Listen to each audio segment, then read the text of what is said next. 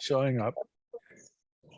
So it's Robyn and I here so far, but I know that there will be some other people that are showing up.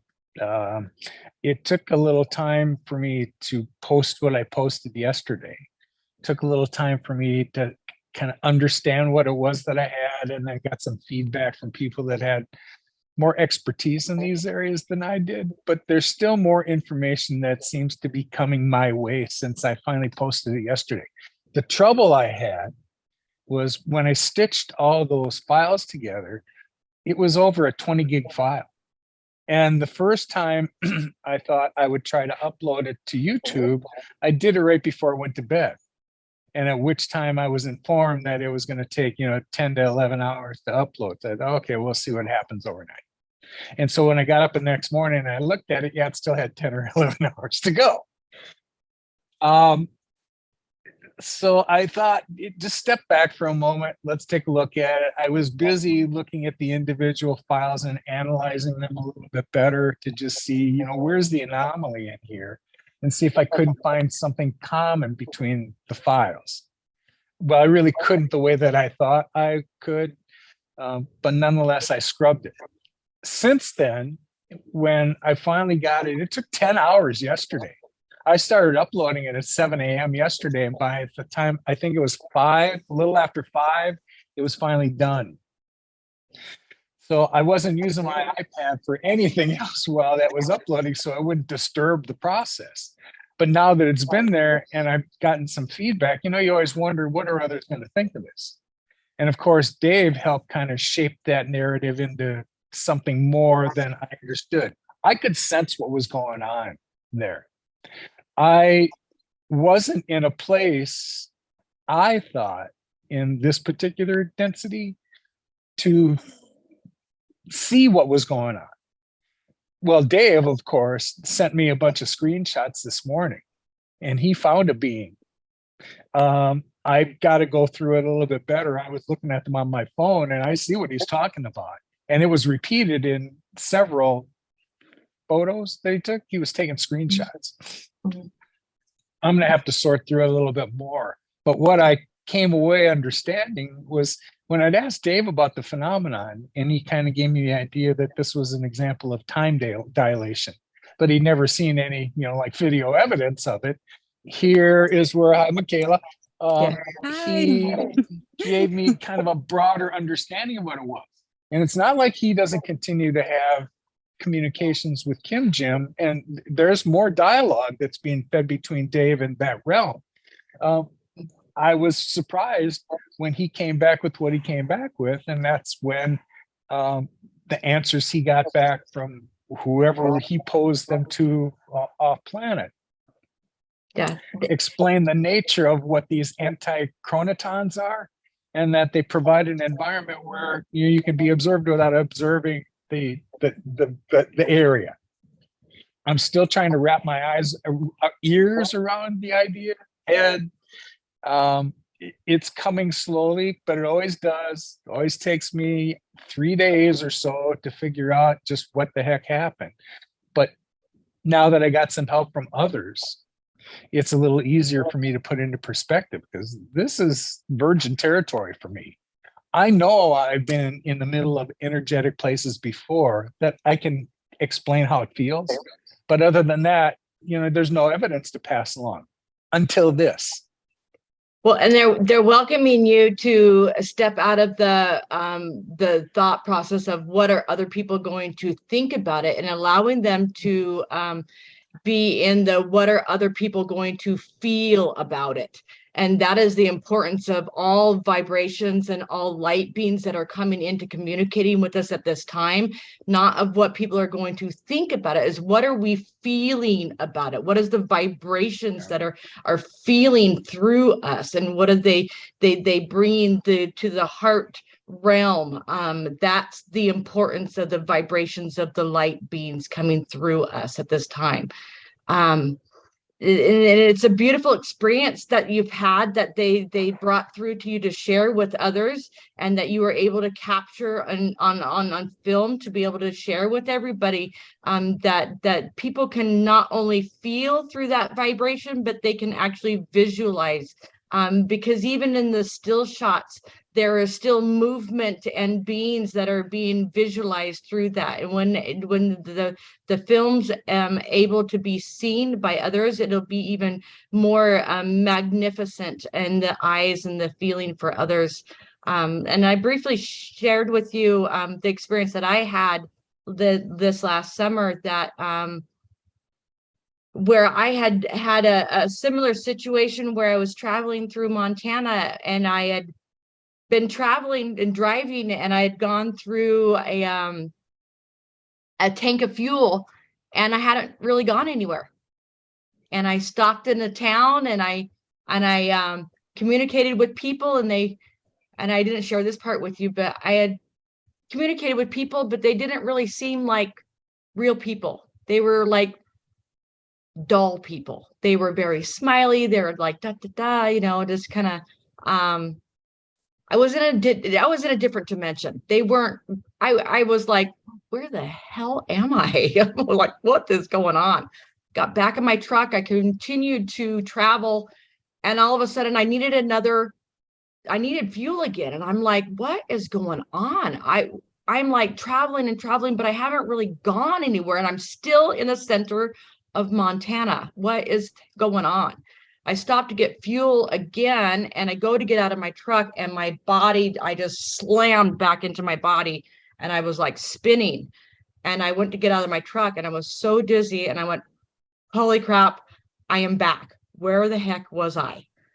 And I had to get fuel again. And I was like, I need to sit here for just a minute, because I don't know where the heck I've been, or what the heck just happened, or what that town was, or how long I've been gone. And I had been traveling that day for 20 hours, and I still needed to get all the way across the states to West Virginia. And I was like, something's going on, I've but had instances like that because I've driven across the country so many times that, as this condition within me, if you want to call it that, has gone along its timeline. I find myself when I'm driving that all of a sudden, I just, in a moment, I recognize what's around me from somewhere else. Like I'm driving in another state, and here are all the recognizable, things that I've seen before. And shortly after that, I snap back, and here I am again. But the first time it happened, I thought that was strange, and I was just kind of drifting off, thinking of something, and that something I saw in the distance triggered it. But it's happened too many times now to call that just something that just flickered and flashed through your head. It's not that. So it's like your incidents while you're walking and you're traveling along this path, and you're walking in different dimensions. We are starting to be able to walk in between dimensions, and we are just traveling through as we are walking, driving. What we are walking on the fence, as you can say, we're on the fence between dimensions. And we just I like to call it straddling dimensions. That in my mind, you've got 1 foot there, and you can sense everything that's going on in that realm, and you're still here in this density, which is troubling sometimes. When you see what's on the other side and you feel that vibration, you don't want to come back to this anymore. Yeah. It's kind of like when we're in our homes, and we're kind of like, is that wall really there? I'm not really sure that wall's really there. Or sometimes when we awake, we're not quite awake and not quite asleep, and the ceiling's not really there anymore. That happens quite often, so well, that stage of awareness, when we go into the dream state, they say, that is that doorway to, other dimensions. And we tend not to think of it that way, because we're just going to sleep, and, we're going to dream while we're doing it. We don't really see that as drifting into a higher dream state, and then wandering in, those timelines that you've been through. I certainly see it that way right now, but that takes a while to develop that kind of mindset. and see things from that perspective. The more that this happens to me, the clearer I see that all the time. Yeah, but we do that in our waking moments all day long now. Right. Which yeah, is we it's just beautiful. don't know. I think we do. We're starting to realize it now when we recognize it and watch the beauty of it. I think we do now. I think I do. At first I Well, was like, it's fair what to the heck? say. We do. I agree with you. It took a while to be able to, well, you've got to experience it first and then get past the shock of whatever that's going to be to your system. The more you get used to it and begin to talk about it, that takes a process too. You really can't jump into having this experience and then talking intelligently about what happened, because there's just too many things that you need to assimilate first. That whole layer of understanding, when you get into these levels of awareness of higher things, was a process for me. I had to learn this part first and come to terms with this fundamental knowledge. Just go back to when I had started to study Einstein's ideas on quantums.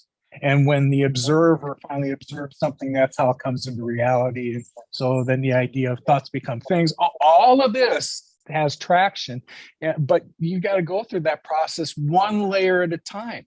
And once this one makes sense, then the next one from the next rabbit hole you went down adds to what you can finally understand about the situation.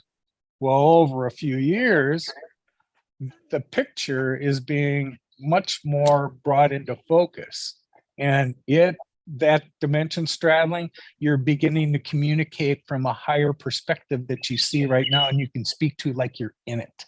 And it's difficult to stay in this dark density, not dark, just dense, when you feel all those lighter places. That was the one thing that immediately I felt that day that I took the hike to Fairy Falls.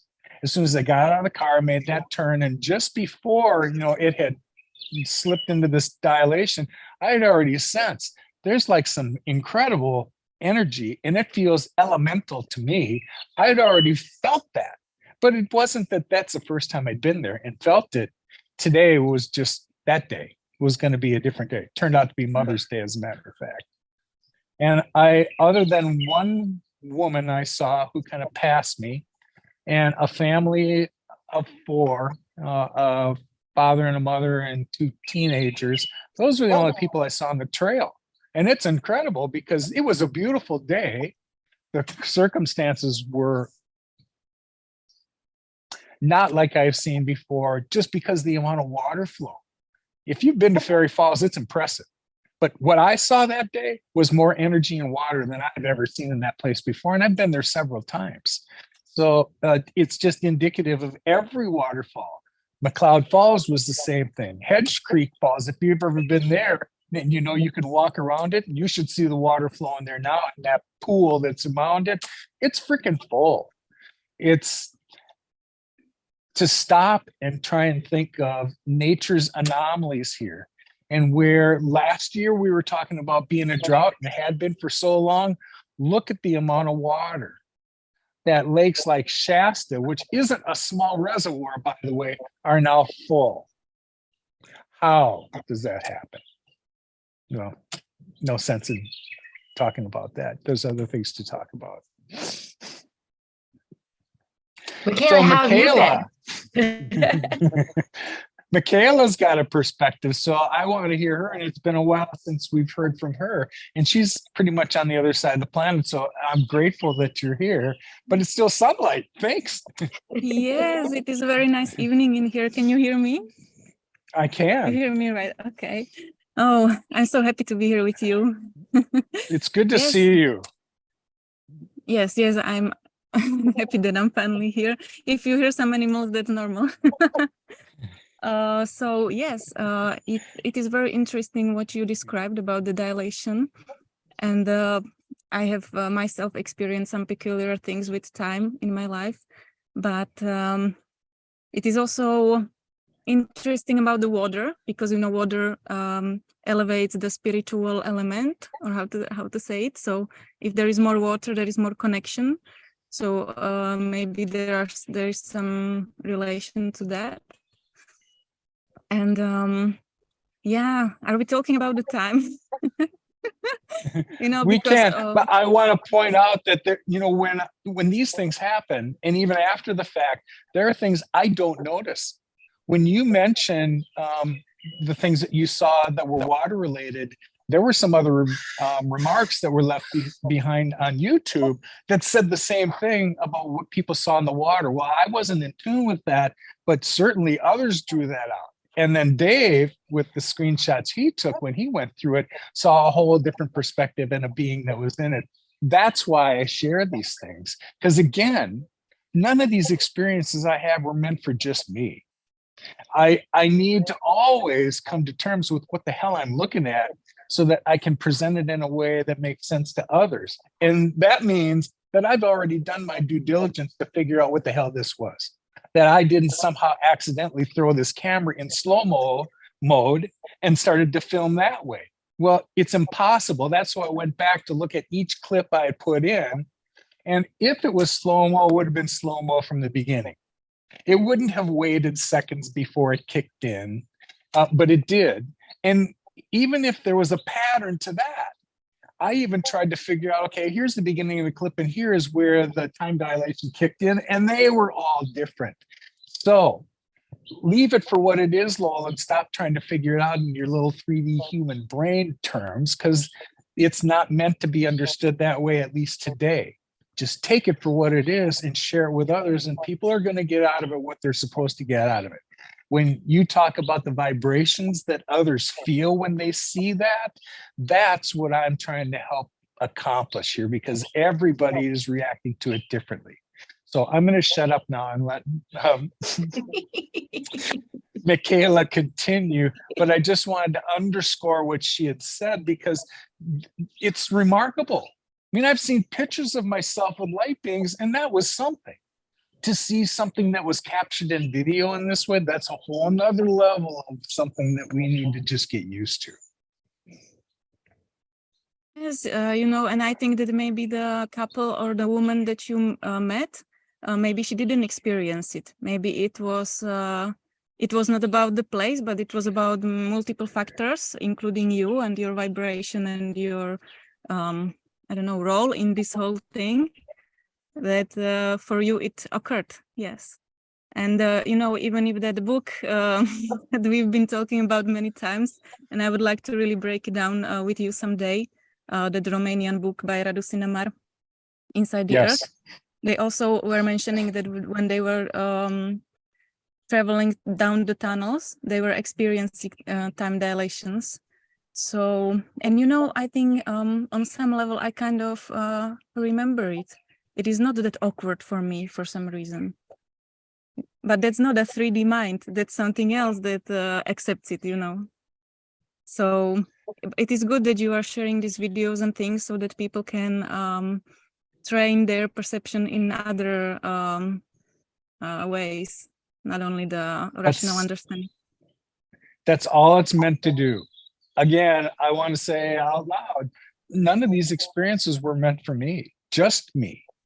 Yes, I had them, but they're supposed to be examples of what all the rest of us can do when you just connect in at that level. And we all have the capability to do that if we just focus our intent on it. We're admittedly too distracted by everything else that's tried to get our attention. And therein is where we kind of lost our sovereignty, and whatever power we individually had, we just kind of let it go. Well, now just watch all the institutions that are melting down from the inside. It's not like they're in some kind of attack from outside their organizations. No, they're melting down from inside. They're all going to dismantle that way when we saw them for what they were, and that we understood that we've been manipulated for way too long. I don't want to spend a lot of energy on that perspective. Only that I just need that as a benchmark. So, moving forward, we're no longer stuck there.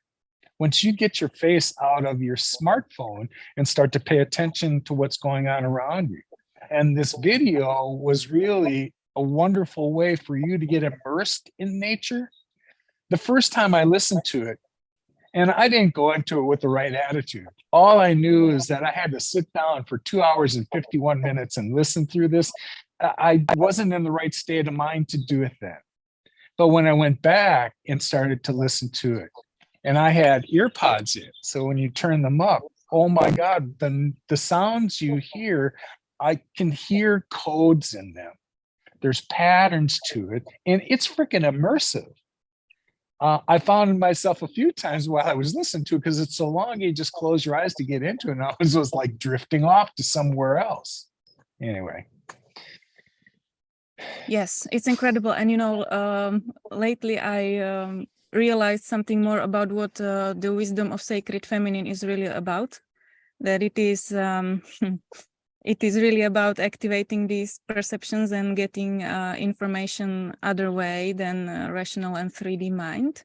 And also, as you were talking about the system, when you want to manipulate someone and make him believe some illusions, you try to cut off the feminine principle that is always, if it's pure, that is always connected to these other sources of information that are pure and that are really like independent from everything.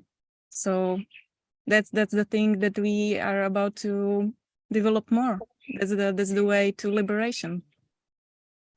I totally agree with that. I understood that in order for this balance between feminine and masculine energy to finally come to pass, it was one of the criteria for us to move to the next level. That all had to be balanced. And if we were wise in understanding that relationship between balance of feminine and masculine, we understood what Source had in mind in the first place. That is, that inspiration comes divinely through the feminine side. And it's the masculine side that carries out those instructions. When we understood that long ago, what a perfect world it was. Well, and then Atlantis came along and, patriarchy kind of began. And anything that had to do with female authority, feminine authority, even high divine authority was dismissed in favor of power and, those kind of lines. So what happened to civilization back then. We paid the price for it, and we're given another chance to kind of do it right. I think that chance came because humanity had been manipulated along the way, and our DNA had been, somehow manipulated. So again, I don't want to focus too much on that phenomenon because we're past that. Yes, there's still residue that people are, kind of stuck with that, but it's easier for more of us to see that was the situation, and now it's time to move past it. There are changes coming to the planet, and our physical bodies are being prepared for it as well. When we keep seeing these things, I interpret them as ways for us to get used to what we're about to experience all the time, because these phenomena are here in another dimension all the time. If you vibrate at the right level, at their same level, you will experience what's going on with them as well. That's all that this is about. Time for somebody else to spew for a while. Well, I love the aspect of the divine feminine and the divine masculine, but I'm feeling into the not of the right or the wrong, but bringing it all into the balance of the oneness of all of it together. That nothing is wrong or right. It is all one. And when we intertwine those two together and bring it into one and love it all back to whole, and that's what the divine beauty is, and the divine aspects of both of them are. And that's what that dimension that you're walking in, and I'm feeling that inner dimension where you were in the waterfall, and you're just walking in and out of those dimensions, and that water and the light flowing back and forth with no wanting or asking of anything, and just swirling of divine beauty of each other, and nothing is right, nothing is wrong, and everything is in perfect harmony with each other, and just in a divine light together. Wow.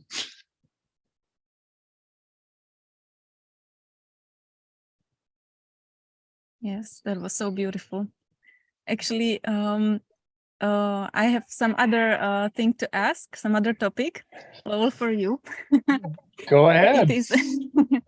Yes, I've been thinking about this, and recently it came to my attention again that it is about diplomacy with other races or other kinds of beings.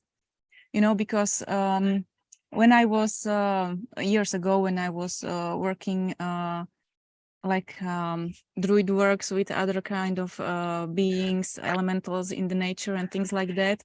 Of course, when you are stepping into some area, you have to give them respect, maybe do something to really build the relationship so that they will invite you. But last year, when I was starting to getting interested in inner earth topics, I found your story, I found the Romanian books.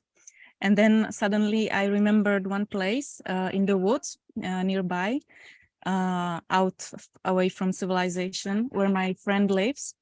And suddenly one big rock appeared in my mind, and I knew that there is a portal, or there is at least an energetic communicational place to the down, like to the underground worlds. So all coincidences went together. That friend just called me 2 days later. How am I? So I told him the whole story, and we got there. I connected. I found it. It really was. It was like a telepathic communication. So I found a way how to activate it, which stone to touch first, where to go second, what to do next, as always. And then then really like few weeks ago, I've met an alchemist who was buying one of my artworks, and I felt like I should invite her in my house. And we became friends. She is doing really like alchemy as in the old times. Whole her upper stage of the house is a giant alchemical lab with all the equipment, with everything, with crystals, magical place. And she is doing essences from herbs. It is a spagyric work. Spagyric alchemy, it is called, when you are working with herbs. And suddenly it occurred that she should go there with me. So we went there together, and she never did the druidry. I showed her, and we connected. It was successful, and she offered them some of her essences. It was very precious for them. They were very like it was precious also because it was made with the sun of the surface, because they do not have sun, our sun down there. So when the herbs are growing and they are taking the power of the sun inside of them, and then she alchemically prepares it, they contain the sun of the surface. And so they are also unique for them in many ways, because they do not have herbs like that down. They have other. So we connected, and they started to give her recipes, actually. She was able to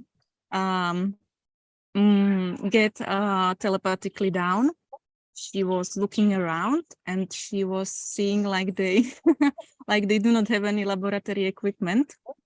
And she was asking them, why don't you have those glass bowls and everything? And they were just laughing. What for?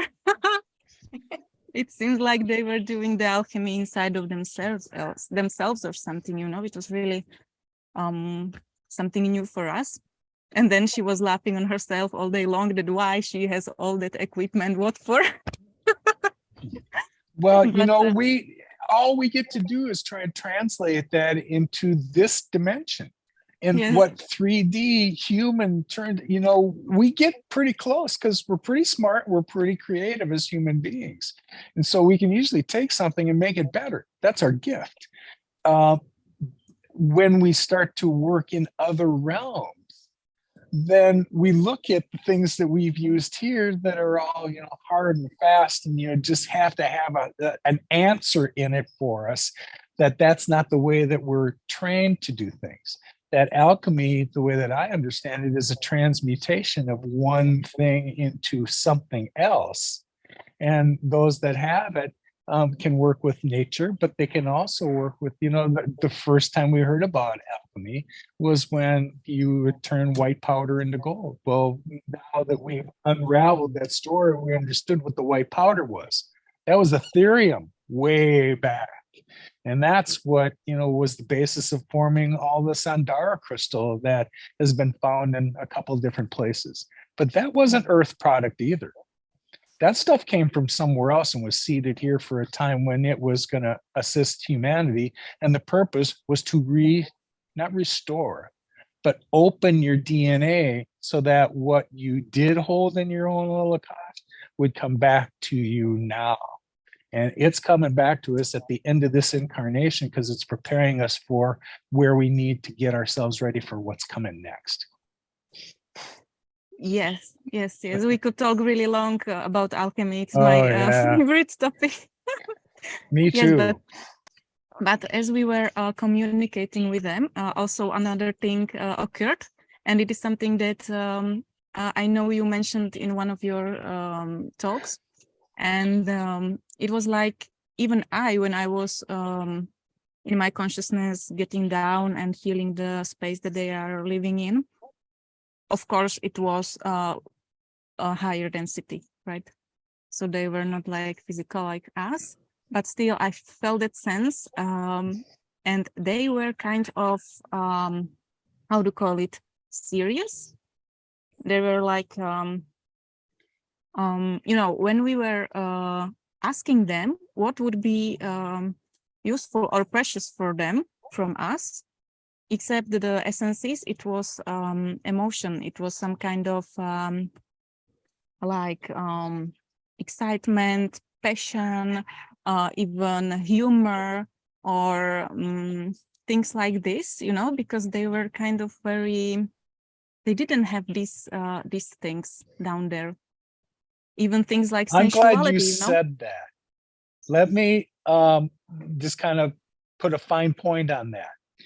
What we don't understand about the higher beings that are around us, the Lemurians that I've been in contact with in Telos, they've kind of gone past these 3D limitations.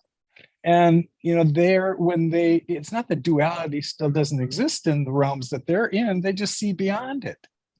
So what they admire about humans and why they're so anxious to kind of rejoin what's going on the surface is imagine the technologies that they have to offer. What they didn't have is exactly what you're talking about. They've kind of skipped past the emotional part of making decisions and living their lives because they don't need that anymore. But what makes human beings precious to them is that very thing, because it's our emotions that make us creative.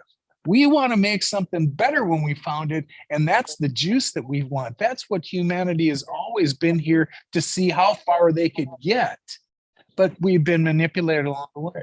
Well, we all know now those manipulations are being mitigated.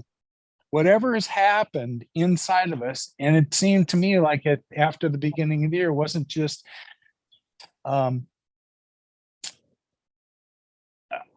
karma that was ancestral, that was lifted from us, that we've been carrying for all this time. There was just a different sense of being able to communicate with higher realms and what that meant. And it took practice to get used to feeling what that felt like. I was going down a rabbit hole now, and I kind of thought I forgot where this was supposed to end. Yes, we were considering that maybe we can do something for them. Maybe we can do like some druidic celebration on the surface and boost that energy of excitement, passion, dance, sensuality, maybe, the things that they lack. And then we can give the energy down to them so that they can kind of inspire themselves, or I don't know. There's a question that whether it is useful for them. Is it something that they would like to integrate, or they are beyond that and they are like it is something less developed. You know what I mean? I do know what you mean. Though those are things that I really didn't consider because I see them as further along in advance than we are. They have gone past the duality parts of things, and they don't get themselves hung up on there. The reason they've kept themselves sequestered all this time was to shield themselves from all the negativity on the surface.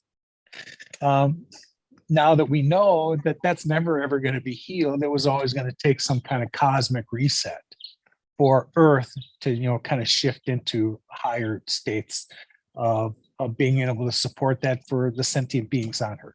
But we all know that Earth is, in fact, rising in her consciousness. And all of these signals and all the help that we've been given from realms that we didn't quite understand was to get our attention before this phenomenon really takes place, to get you in a place where you understand what's about to take place and hopefully start to vibrate at a higher level. So when the time comes that this shift takes place in Earth's consciousness, that we all match it, that the sentient beings that are here all vibrate at the same level, and on we go with our ascension. Those of us that are talking about ascension are no longer in the process, you understand. We have ascended, and that's why we can speak intelligently about the other side. So now we're trying to help others, and there's still 80 or 85% of people wandering around that are clueless about any of this, that their vibration is at a place where it's just not moving. But all we can do to influence that is just to continue to share what we know. I'm not trying to hammer anybody over the head and try and change their mind about the things I've experienced, because I'm not about to do that, and I'm not going to waste my breath. I know what I know now. So I'm going to continue down that path and help those that are kind of curious or getting triggered along the way. I'm happy to help you explain what I've experienced, because this is just another way the tribe that gets what's going on is kind of coming around to it all. Yes, so if you could say, is there anything that for theologians is, in a way, how is there any way how we could help them or how we could serve them, or you know what I mean? Or is it really like a parent-child relationship that we are the ones who should receive, or can we actually bring them something that is of value? I think just asking that in that moment, when performing ceremony, asking in that moment if there was anything that we could give to them. Yes, I know, but I was like, just if Lowell knows something about, probably it's not the general thing. Yeah. And when I hear that, it's kind of laughable to me that we're asking them what it is that they might need. Yeah, no, they're way beyond that. And I'm sure that they smile, and it's comical when they hear it. We're trying to get to those levels, but it's sweet that we think that way, that we're not thinking about ourselves. We're thinking about, who else we're connected to.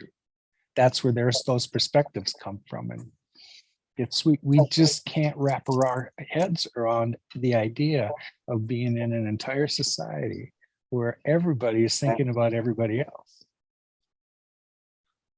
Yeah, that's not the norm here. Yeah. And it's like having, the emotion of unconditional love, and having the most abundant outpouring love for something And that's the field that they hold without having it control our bodies. And we have not elevated past that without allowing it to control our bodies. That makes us sick, that makes us cry, that makes our gut ache. They have transcended past that.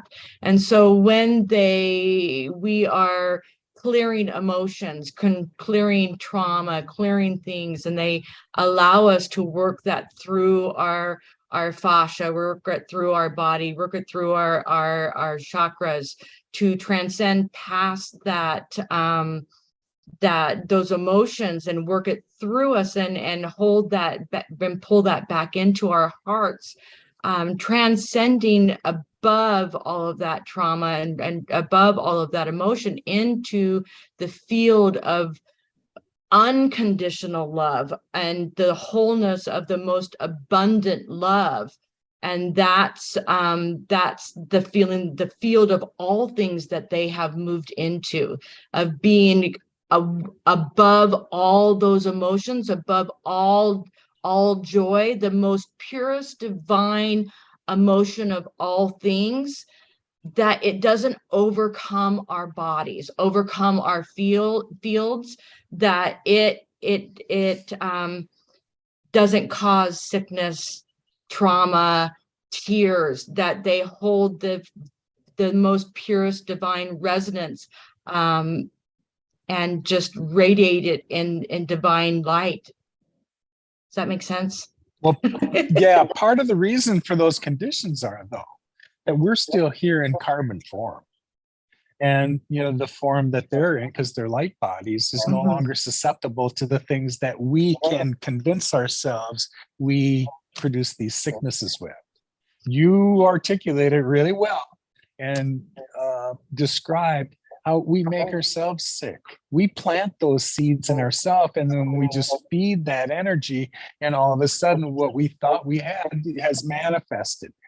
When we say that your thoughts become things, everything that you put out is what the universe wants to return in abundance.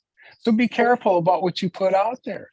You can sense, if you stop to observe your behavior, whether the energy you're putting out is returning negative and low vibrations, or whether the barometer says that it's high vibrations. You'll feel the difference.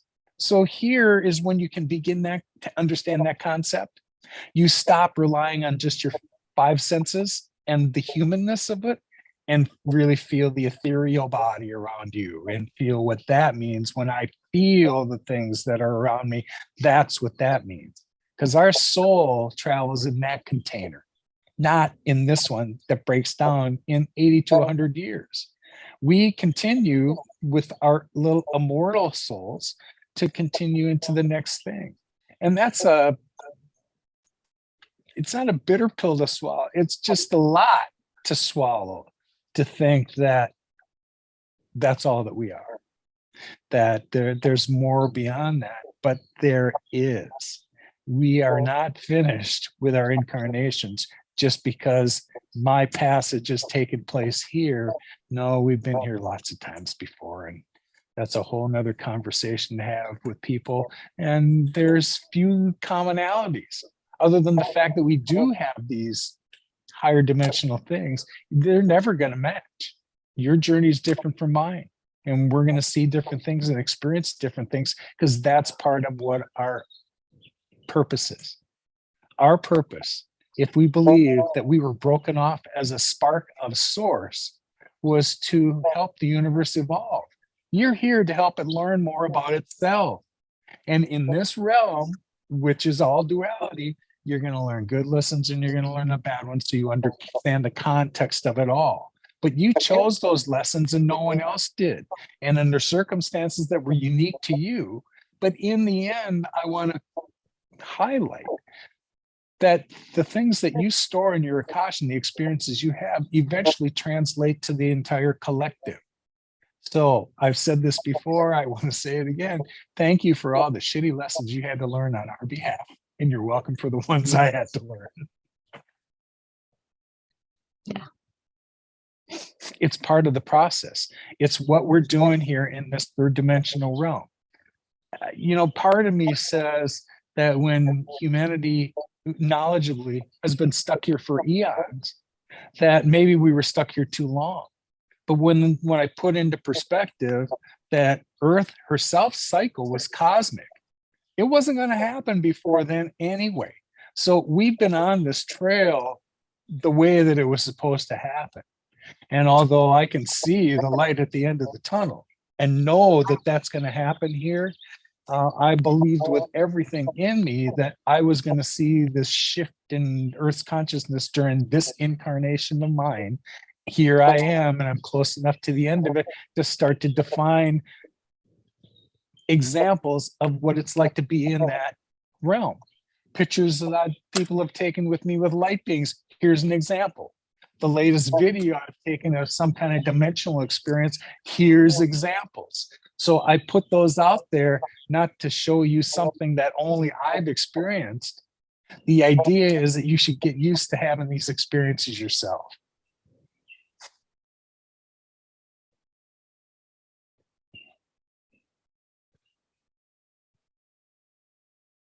Wow, that shuts you all up. I do have to say though, I don't believe that we are stuck here. And for myself this is my first incarnation as a human, and being an ethereal being for most of my eons, it has been an honor to be here. And I know that and for myself, I know that we've all chose to be here at this time, in this beautiful time that we're in, helping in this very important time right now.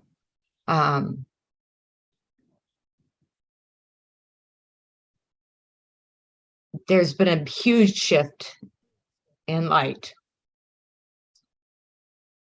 Many don't see it. Sorry, it's gonna make me cry.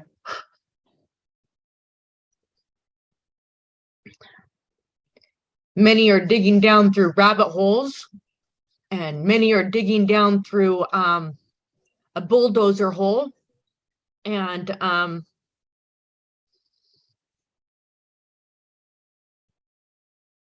we are all divinely connected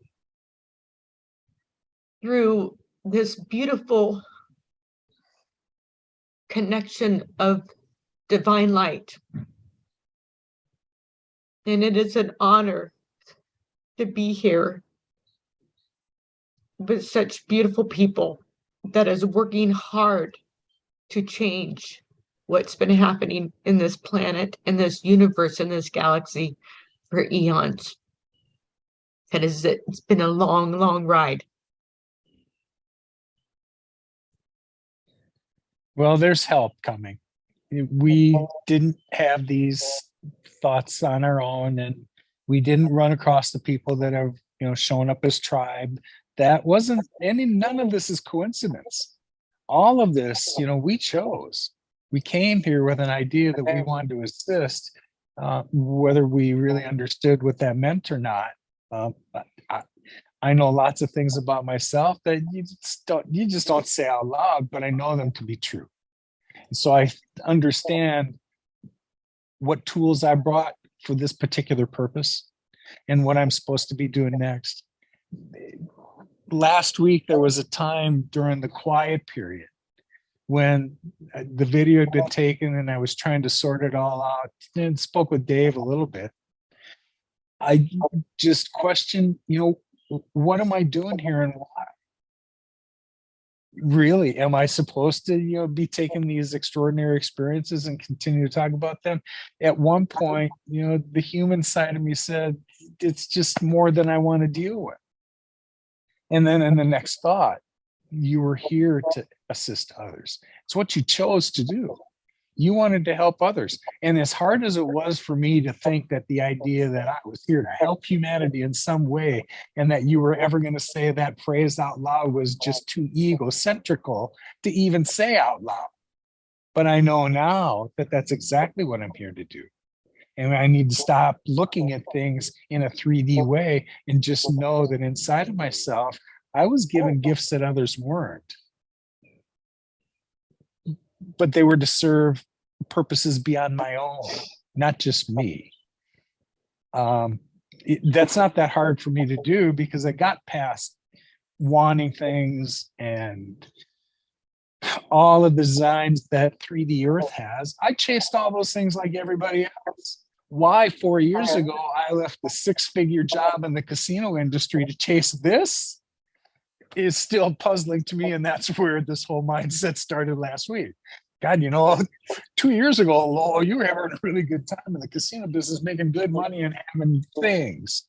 And then something 6 months before I finally decided to put that to an end, there was something else I was supposed to do. And so now you have all seen evidence of what that was I was supposed to do when I wasn't, fixing casino hotel rooms and restaurants and whatnot. There's something that we are all supposed to do, and we are all uniquely gifted, and we're all uniquely we're not given, we're all inherited, born, breathed into this divine light, and we are all beautiful, special, magical.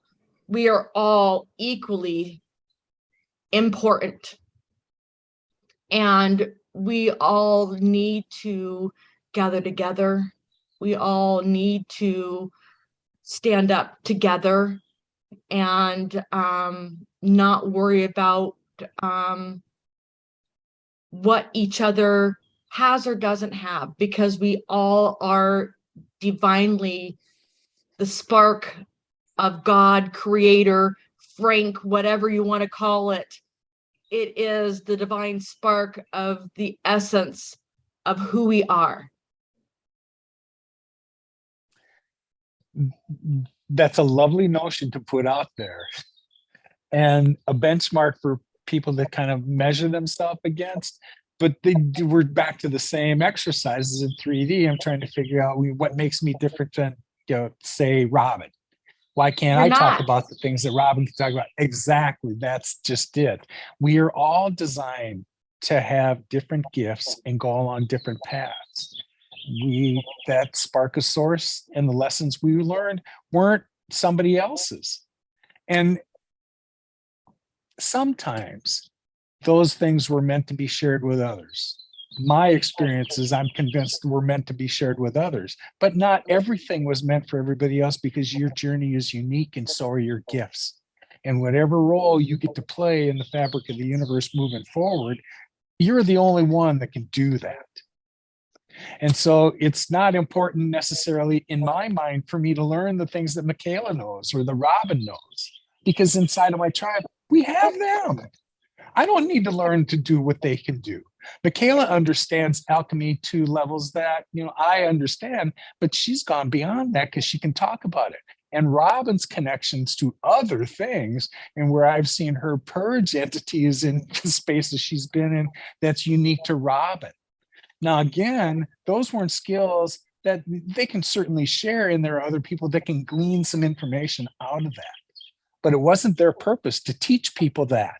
In the same way as when we start to talk about all the resources for, expertise we claim that we have, all the experts that wrote books that we read, and the videos that we watch from people that are well known, none of that I can tell you means anything right now, because we're all moving to a level of mastery within ourselves that we and we alone possess. And that's our job, is to figure out how to master that one thing. So again, when the time comes for you to execute it, you do it like it's no big deal to you, but to the rest of us, we freaking marvel at it because we don't do that. It's not what we do, but you weren't supposed to you weren't meant to train the rest of us how to do that. No, but they're equal perfect person, and you're your equal perfect person, but you together with me, with Michaela, with another person is the equal perfect part. Wow. Oh yeah, believe me, when I look at what individual gifts I have, And I'm not arrogant about that because I know that they're different. And Well, then I know look at the that, yeah. individual ones Michaela has and Robyn has. Now put the three of us in a room and watch what our combined things can do. That's why the idea of us marching to the same tune, learning the same English and geography and math, that wasn't what we were meant to do. Now you can look back and see what we were being conditioned to be. We were conditioned to be workers for a cog in the wheel, and we're waking up to, no, I'm more than that. And I wasn't meant to really work for somebody else. I have creative ideas of my own that I know will benefit everybody, but the way that we were brought up and conditioned, we were, kind of pushed into school just at the time. If they say that 7 years old is your most formative time, here's when you're kicked into school. So now all your conditioning is going to come from a couple different sources, and school is not the least of them, but they're all trying to box you into the same place. We don't take advantage of trying to assess that individual child and what gifts they brought in that's different than all the rest of us. And, I don't want to go into all the 3D maladies about trying to diagnose kids as ADD or ADHD. And, to me, that's just a comprehension that we have not embraced yet. And that those lovely little souls have something to teach us as well. They just process it so much faster than the rest of us that it appears as though they can't keep a hold of all the thoughts in their head. They're just racing along at stages that we can't keep up with. And they're trying to articulate as quickly as they can. No wonder they're distracted. There's so much going on in their heads that, it's just hard to sort them all out. But when you start to see it from that perspective and see what they have to offer us, they're bringing wisdom. And when you listen, even when during those ADD rants, if you want to see it that way, there's some real wisdom that comes out of that. And those are the kids that we always look at and say that they're wise beyond their years. Well, there's a reason for that. They weren't as manipulated. They weren't as handcuffed with what levels of DNA they were restricted to when they came into this incarnation. Oh, no. They see past it. That's why the kids that are coming up now, the ones that are working with Sherry Dipband and whatnot, talk about realms and things that they see, color spectrums and audio spectrums that they hear that's native to them. And they just like when it's quiet and peaceful in nature because they can discern those things. When they're in a classroom or in the city, they're too distracted and it's not a comfortable environment for them. You can see the difference between that and this. I am encouraged in many ways about where we're going, not where we are. So when you stop paying attention to all the crappy white noise between the people that are struggling to maintain whatever power they think they have right now, because they know it's going away, it's just noisy. But when you look at those individual things, you see where, like I explained before, those institutions are melting down from the inside out. Yeah, I don't need to plant ideas in anybody's head, but you can watch the Republican Party going through what they're going through. Anyway, there are better things coming for us, and we keep getting evidence of it. I have had, communications with the Lemurians recently, and their instructions to me was to, prepare the rest of you, because that kind of contact isn't going to be isolated to just me. That little hike I took to Fairy Falls, if somebody else was vibrating at the same level, they would have experienced the same thing I did. Not unique to me, unique to people that are vibrating at that same level. So, you're going to hear more and more stories about people. And I continue to use Shasta because it's my example.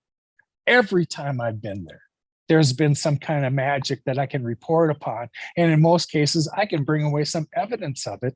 So, these things are meant for the rest of you to help understand things that are still foreign to you right now. I'm just a little further along in, the maturity of my journey, which ain't all that long. It's not like I've been the spiritual follower for 20 years and understood the concepts behind it.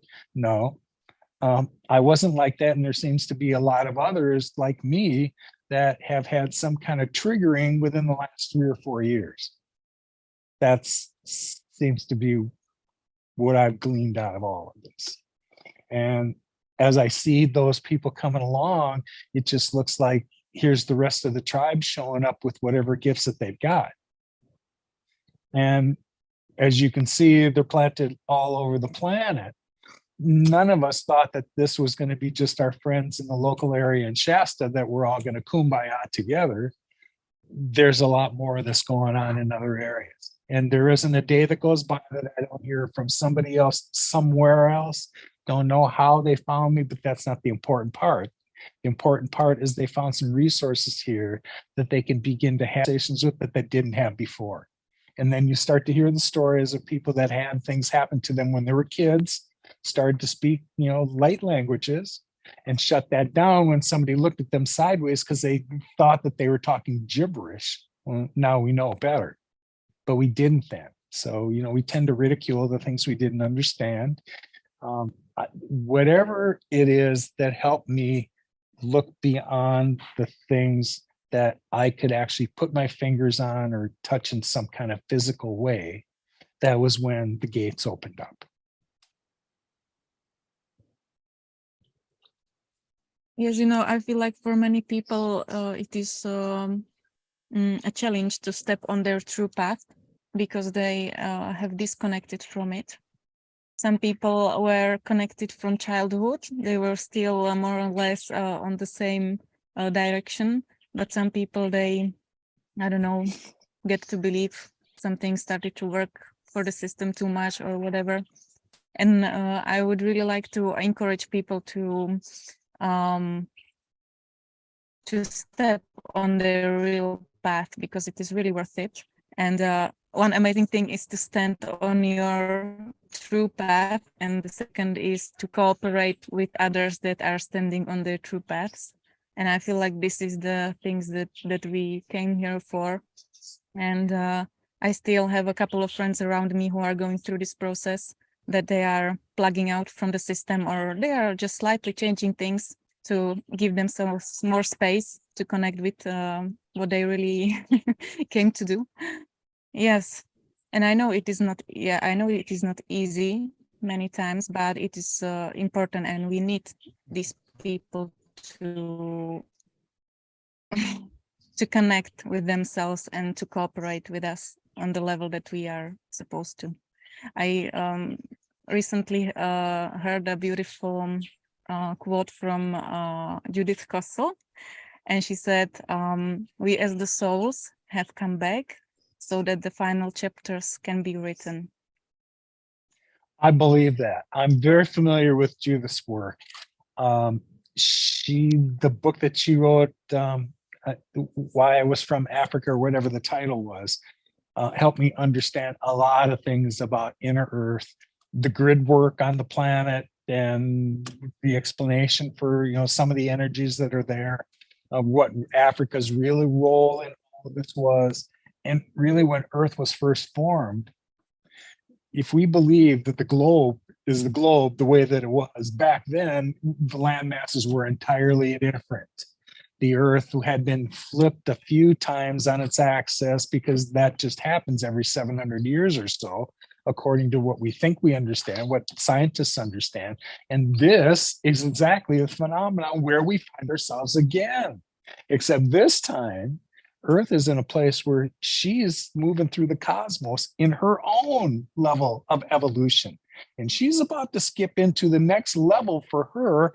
And that means that the sentient beings that wish to reside here need to vibrate at the same level, because the density that we're in right now is no longer supported by the next version of Earth.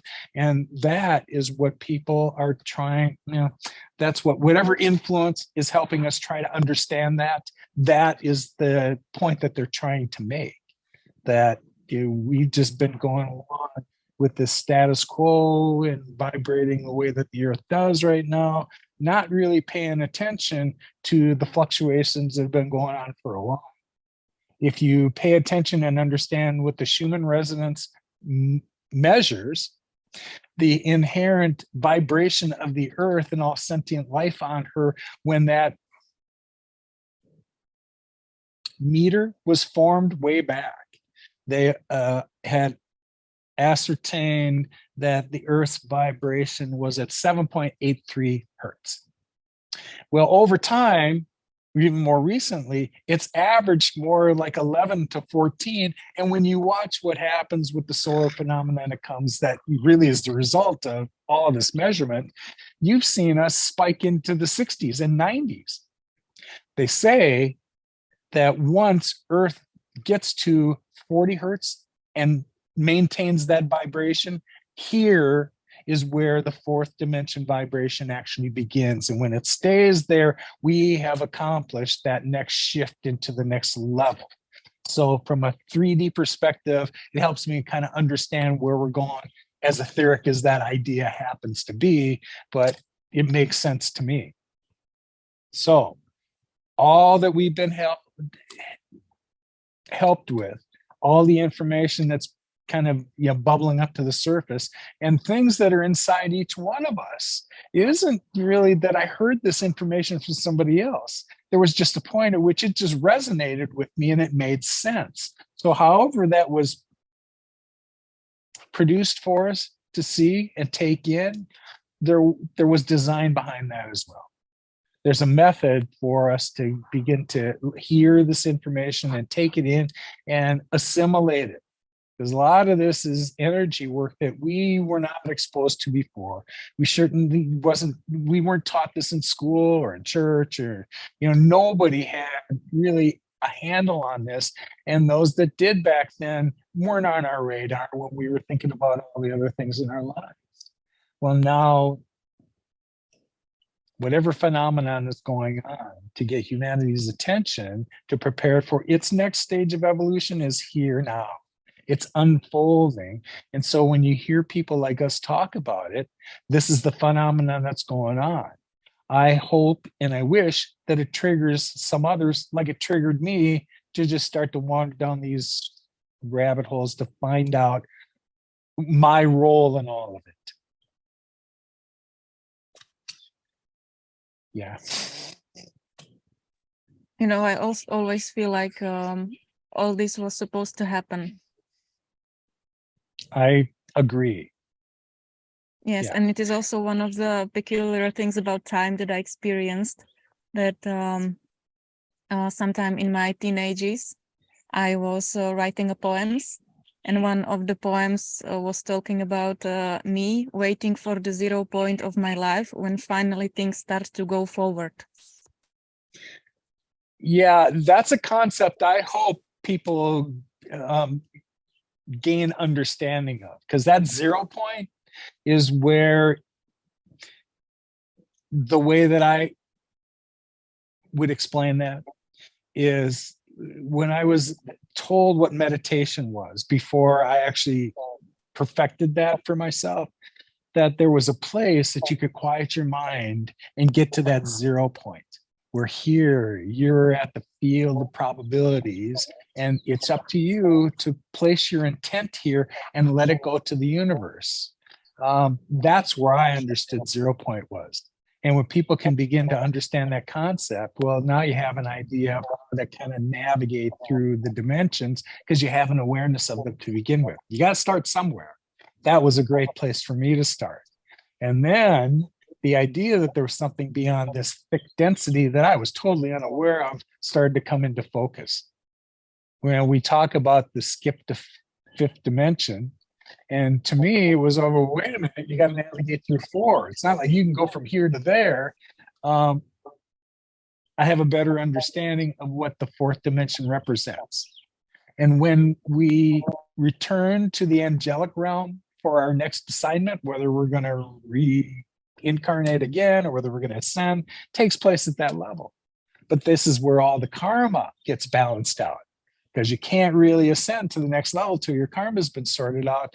So we've already heard that part of that ancestral stuff has already been cleared for us. However that cord got dissolved or broken or whatever it was, that was done on behalf of humanity. And so I know that I and lots of people I spoke to, it was like there was some kind of energetic lift after the first of the year that we all just felt lighter, and we didn't really understand why.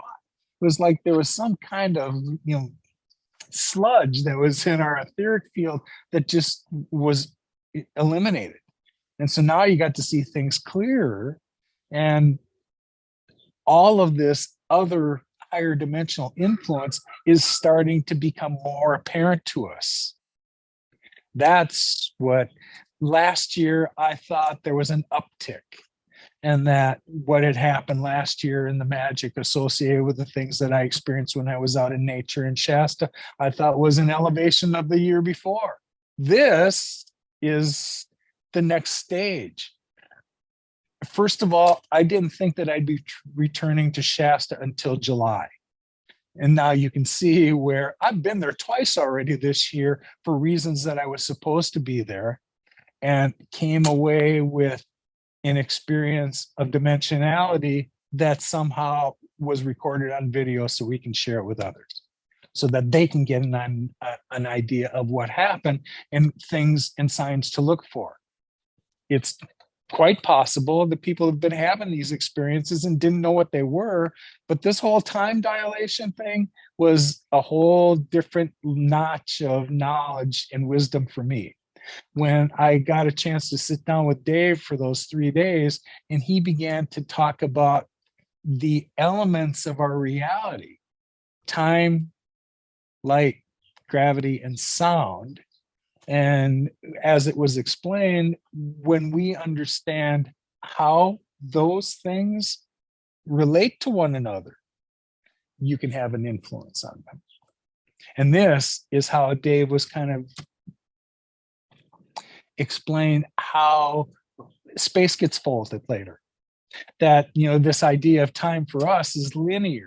Yeah, we use calendars and watches, and this is how we do things here, not realizing that this is just one timeline we're on. We're multi-dimensional beings. So yeah, this one we're kind of staging time in the way that 3D looks at it, but that's not the realm that we're in. And when you start to experience things beyond it, that's when it becomes a little easier to understand if these words even make sense. What I experienced on that hike, where clearly I had videotaped almost 3 hours of content in a 30-minute hike. Something else happened in that that we're supposed to pay attention to in some way. Yes, but it was created by those beings that wanted to observe you, right? So that's how I understand it now. But I had to have some help to understand all that too.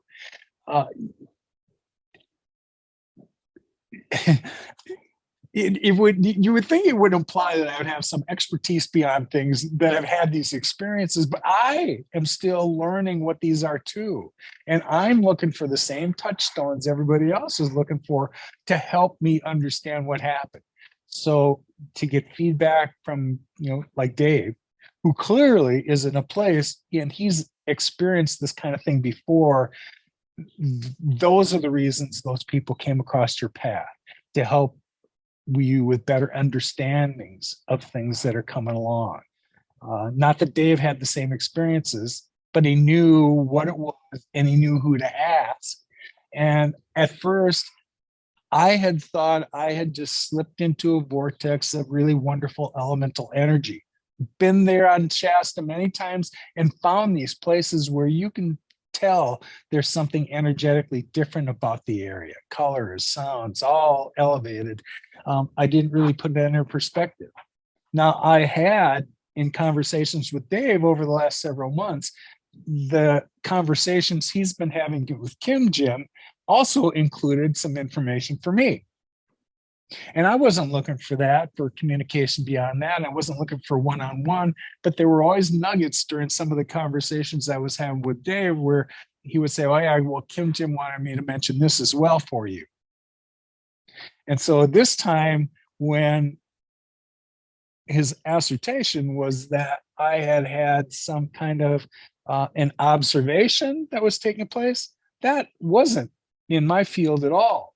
So it took me a little while to get used to the idea that that's what's happening, that I'm actually being observed by one of these benevolent entities.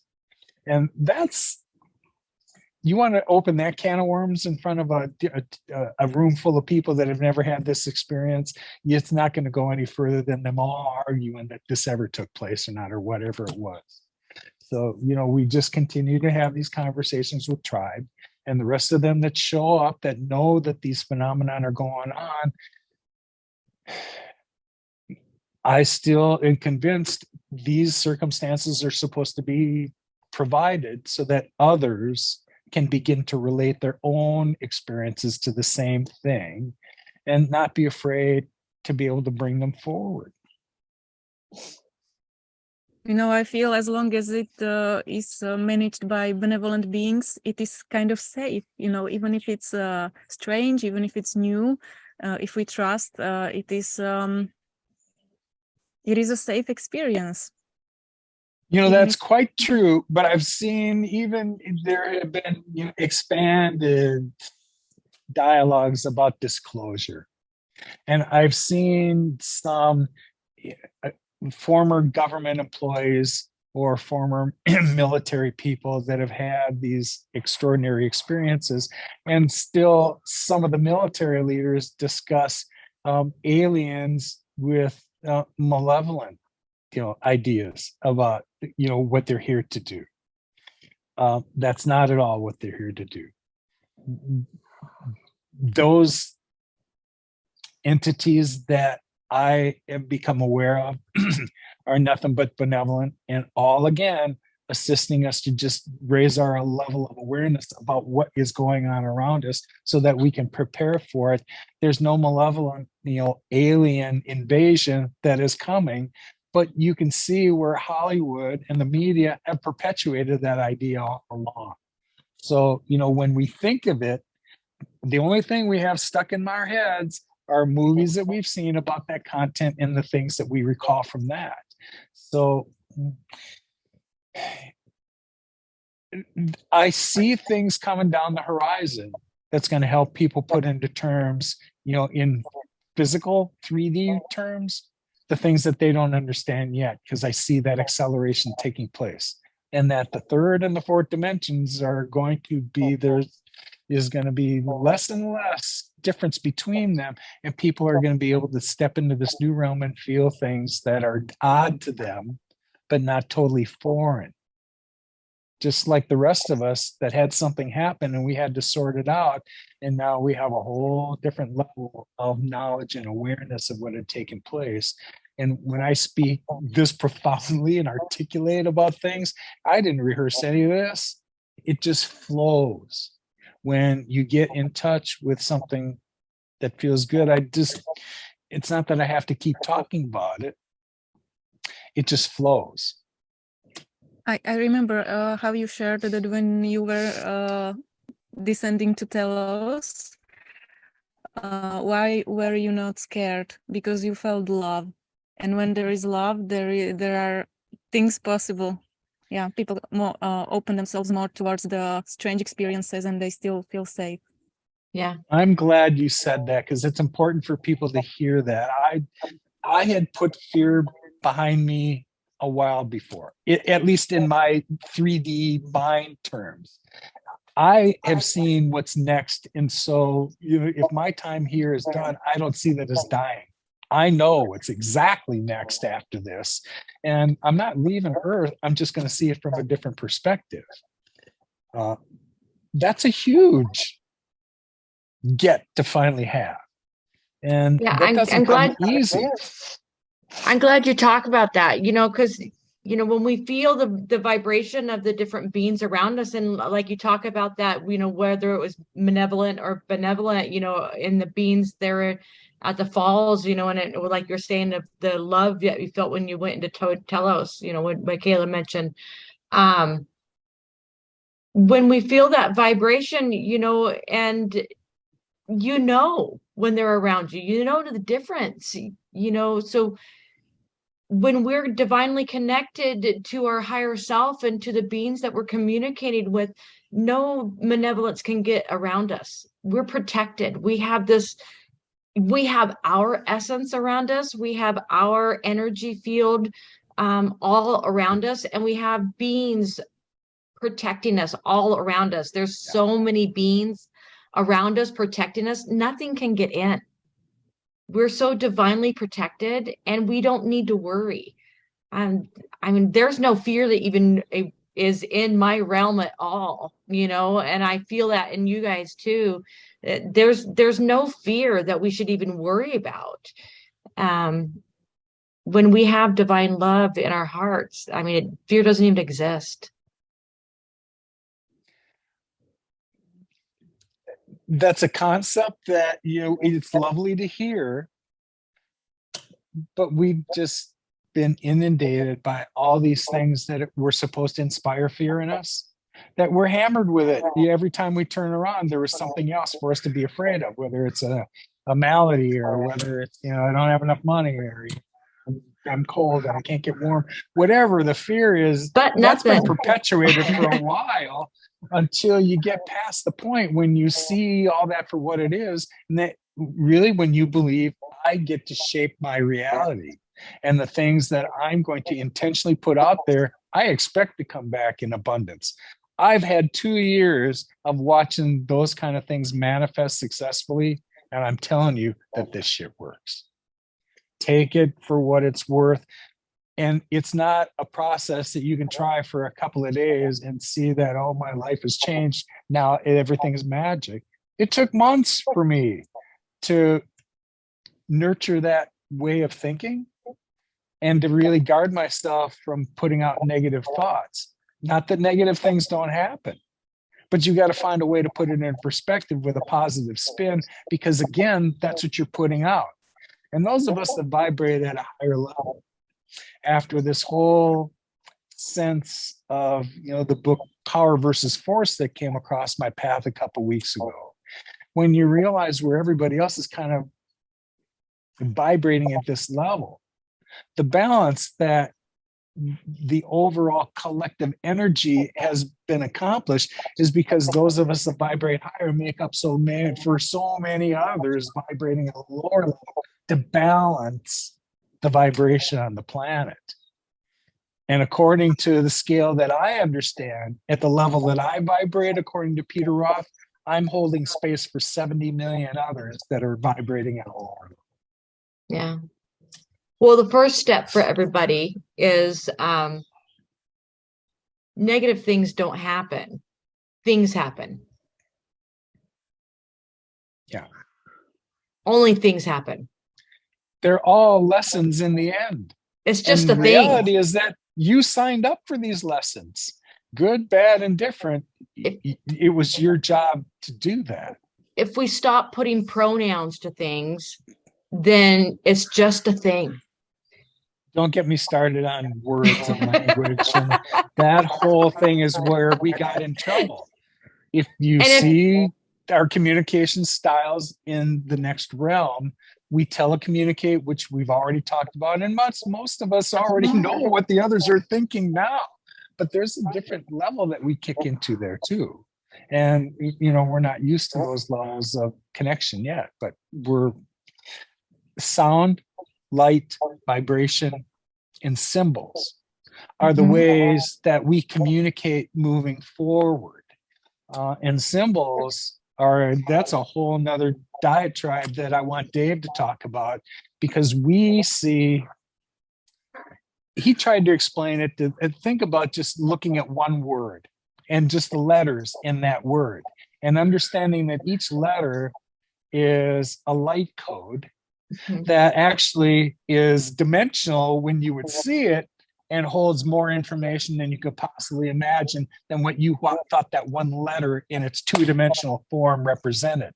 Light codes that we're getting are packaged, and there's information compressed into that. So when you see that symbol, holy cow, there's a flood of information that's coming into you. He's shown me pictures. Oh, yeah. Wait till Dave starts to talk about continuous light pulse frequencies and continuous light pulse transmissions. Then you're going to understand how that light is being passed from the blinking things we think we see in the sky. People that have had those experiences, they're actually communicating with those beings. And that light that they're flashing at us, those are continuous pulse light frequencies that they're transmitting to you to communicate information to you. You're already vibrating a level where you know that they're there. They know that you're here. Here's the way that they're beginning to communicate with you, whether you're aware of it or not. Mhm. Yeah. Yeah. And with the light language, I'm finding it's harder and harder to speak English. So I'm finding, and I can see all of the codes that come down in the light language, and when music is playing, I can see all the fractals that go when anytime music comes on. I can see the fractals that are transpiring in the sound within the room and swirling in the room, and it's just magical that what is within all of those codes of light. Yeah, what is transpiring that's being brought forth to us is just magnificent. It's magic. There's no other word for it that I can use in this 3D realm. And I hope that that's broad enough for people to get, curious and stimulated by what we experience. There's just no words for. It's what we are. It's bringing into us the light codes of what we are, and all that light is speaking into every cellular memory of what we are through all of our cellular bodies out to all of our fields. And so all of those sound codes and light codes and all those fractals are speaking to all of us, all of our fields all at once. And words cannot do that. Just No. the speaking the word, but the light codes that speak within it can. And that's why light language is so powerful. This is going to be, there's an awareness of light language.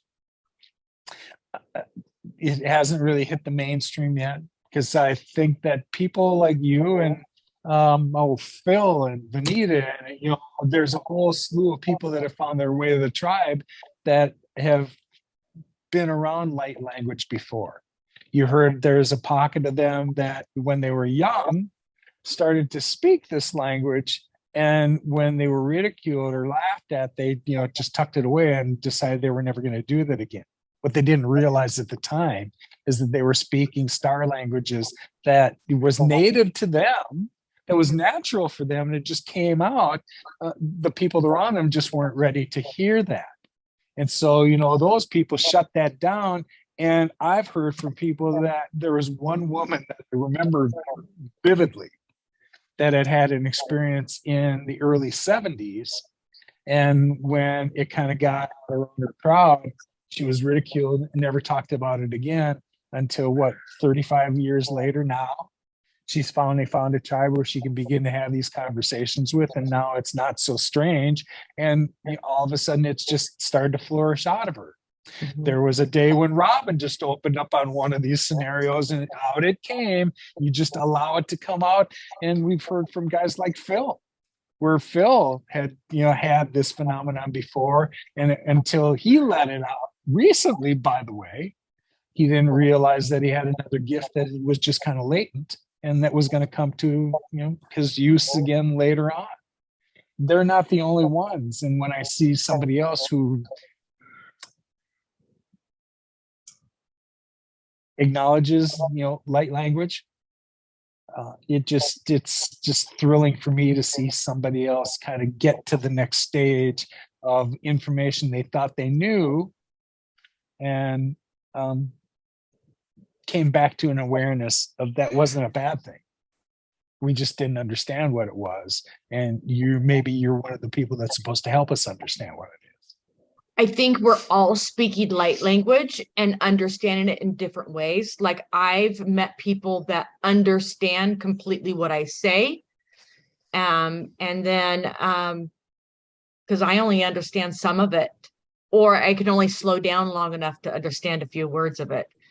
But I think we all have our own way of communicating it, through writing, dance, movement, verbiage, artwork.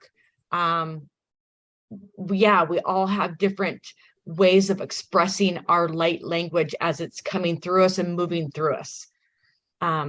So I think it's a beautiful gift that comes from our higher self, from our soul, and is moving through us, because it's coming from all different aspects of us. Because I know for myself, I speak different languages and it comes through in different ways. And I think all of us do that, because we're on many different dimensions and many different aspects of us at all different times, because we're multidimensional beings. So I'm here now, but I'm also here now. We're everywhere at all times. And so when I start communicating, I get a flood of language coming in at all times, and I had to, everybody has to take their turn. But sometimes I can just play frequency and draw, and I know Michaela, she does these beautiful sculptures that's coming from her higher self, and that is her divine gift, and they are absolutely breathtaking. And I know she communicates in other ways. She has just so many beautiful gifts, and Lowell, you have so many different beautiful gifts. And there's been many, many other people in the tribe that I've shared their beautiful gifts. So I know I've met so many beautiful people that have all these divine gifts that they share in different ways.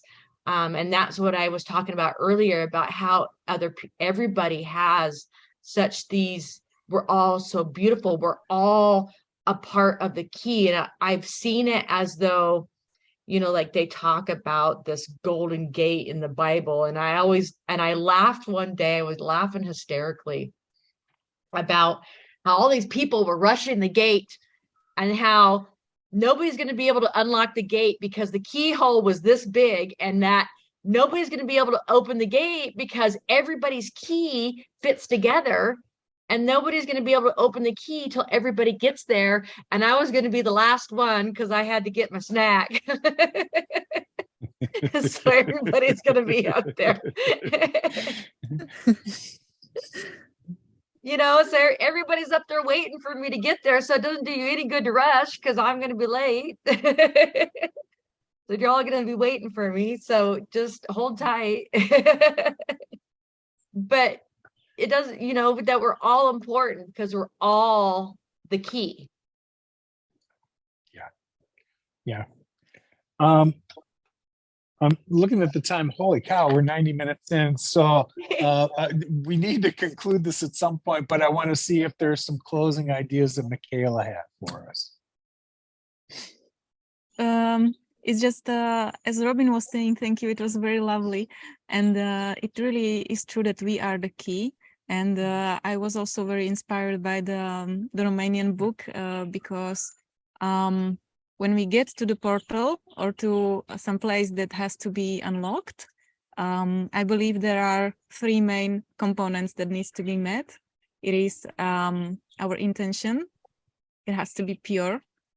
Unless nothing is possible, really. You can have anything, but if you do not have pure intention, it is programmed to open only this way.